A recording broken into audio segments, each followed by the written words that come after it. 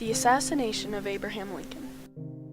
Abraham Lincoln was the 16th President of the United States. He was president during the Civil War, and many people had wavering opinions about him. Due to this, he was the target of a lot of threats.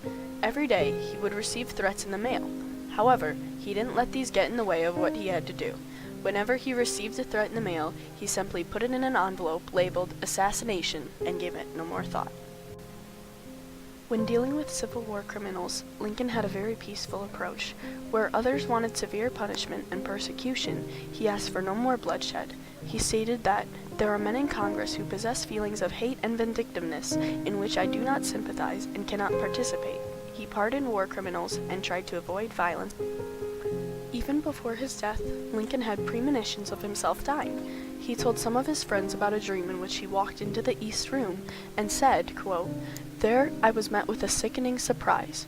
Before me was a corpse wrapped in funeral vestments. Around it were stationed soldiers who were acting as guards, and there was a throng of people, some gazing mournfully upon the corpse, whose face was covered, others weeping pitifully. 'Who is dead at the White House?' I demanded of one of the soldiers. 'The President,' was his answer. 'He was killed by an assassin.' Then came a loud burst of grief from the crowd, which awoke me from my dream. I slept no more that night." These dreams scared Lincoln, but he rarely told others of them. In 1862, Lincoln's son Willie passed away from an illness called typhoid fever at age 12. This had a tremendous effect on the president, and even more so his wife Mary Todd Lincoln. Months after it happened, Lincoln was still very concerned for his wife.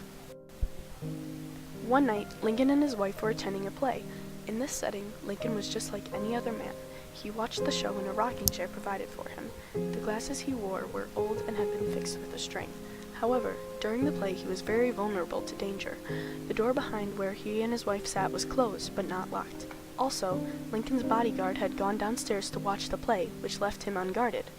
Towards the end of the play, a man named John Wilkes Booth entered the room in which Lincoln sat.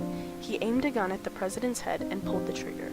Mary screamed, and an army major who accompanied Lincoln lunged at the attacker. John Wilkes Booth slashed his arm to the bone and made a 12-foot jump from the watching box to the stage. In doing so, he broke his leg, but that didn't stop him from making his escape. Lincoln was carried to a boarding house across the street so that doctors could tend to his injuries. 5 doctors worked on Lincoln's head wound as his son, wife, and Secretary of War watched helplessly. On April 15th at 7:22 a.m., Abraham Lincoln passed away. A doctor closed Lincoln's eyelids and pulled a white sheet over him.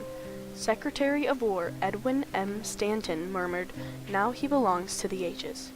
The funeral for the president was held in the East Room on April 19th. His funeral train followed the same route that he had taken when he first came to D.C. as president-elect. It carried him to his final resting place in Springfield, Illinois, where he was born. Citizens from all over came and silently watched the train pass. By his burial site, hundreds of people crammed to pay their respects to the fallen president. A military band played, and there was a gun salute. The whole country mourned.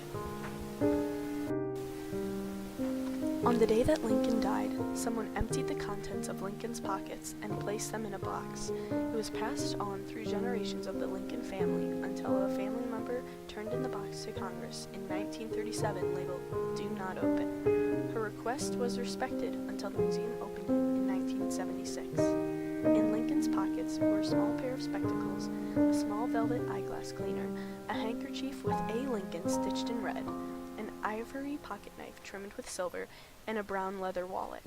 The wallet contained a Confederate $5 bill and 8 newspaper clippings that Lincoln had cut out and saved. All the clippings praised him. Lincoln was a brave, courageous leader.